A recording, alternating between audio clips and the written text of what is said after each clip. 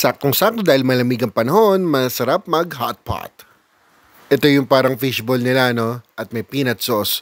Ang init. Ang init. Dito naman tayo mag-eat and run sa Jiangnan. But before that, story time muna tayo mga ka-foodies. Sinamahan natin yung friend ni Wifey, si Kat. First time nilang mag-meet ng boyfriend niya dito sa Terminal 3.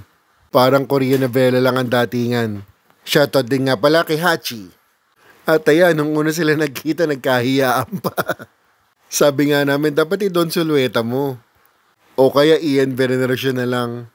Pero okay lang yan, mag-improve din yan. Grabe, ang tagal namin naghintay na delay kasi yung flight. Buti na lang 24 hours tong Jiangnan. Located siya sa MOA. Dahil sa bagyo dami na stranded, so stay safe mga ka-foodie. So tara na. So bago tayo umorder, sumasagot muna ng quiz si Wifey. Hindi ko alam na may pa-exam pala dito sa hotpot na to. Iniisip ko nga kung may grill pero hotpot lang daw ang pwede sa kanila.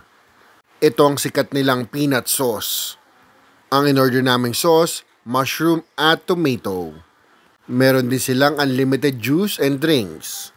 So for sabak, may mga beef, yan, mga bacon, at vegetables. Kung madalas ka sa hotpot, no, alam mo nang paghahalu-haluin yan. At ito na ang dalawang lovers, magkatabi sila. So tara, lagyan na natin yung hotpot. Sige, lagyan nyo lang yan. Pasok nyo dyan. Pakuluan natin hanggang maluto. Ito yung parang squid balls nila, no? Yan. Syempre, dapat si Wifey mauna. Panalo daw. At syempre, ako ang pangalawa. Yan, titignan natin. Nilagyan ko pa ng peanut sauce yan. Okay lang naman. Ito kala ko tokwa, parang mga fish cake siya, no? Lagyan din natin peanut sauce. Panalo. All in all, saktuhan lang yung kapag-hotpot niya, no? Sa mga Korean novelas, galto sila magluto ng meat. Sinasawsaw nilang ganyan at tinaantay nilang maluto. So, yan na. Mga 1 to 2 minutes ko yung binabad. Taste test na natin. Ito na. Again, may peanut sauce yan. Yung beef mismo, walang lasa, no? Saktuhan din yung meat niya. Pwede na. Kuha ulit tayo ng parang squid ball siya at lagyan ng sabaw. At meron nga pala silang parang crab stick yan. Favorite ko pa naman to. Yung pala hindi talaga siya tunay na crab, no? Pero yung crab stick nila dito, iba yung texture. Medyo hindi ko na-enjoy. Kuha naman tayo ng mushroom yan. Ito. Sakto lang. Lasang mushroom siya. Ito naman ang gulay. Ang alam ko pecha ito eh. All in all, yung kombinasyon ng hotpot nila normal lang pero dahil sa fragrance at init at nun sa sabaw, sumasarap siya. Ginanahan pa nga ako, umorder ako ng rice. Ito yung mini hotdog niya.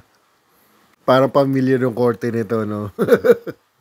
So tara na, kainin natin to. Mini hotdog for you.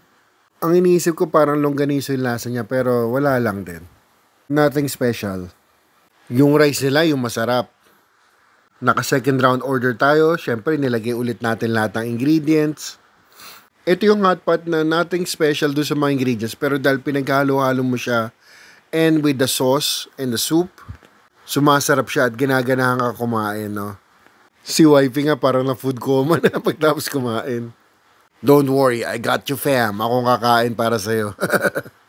Siyempre, pagkakain, ang dessert. Ang in-order natin, chocolate ice cream, no? Nag-crave talaga ako sa chocolate at matamis ngayon. So tara, check na natin. Ito na siya. For the ice cream itself, medyo below average siya, no? Sa mga eat all you can at sa mga hotpot stores, no? Mas marami pang better na sa ice cream kesa dito.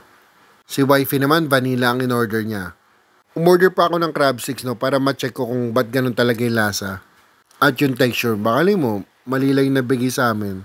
Pero kulang no, yung mga bilog-bilog na maliit, yun ang nagpapalasarap sa texture niya eh.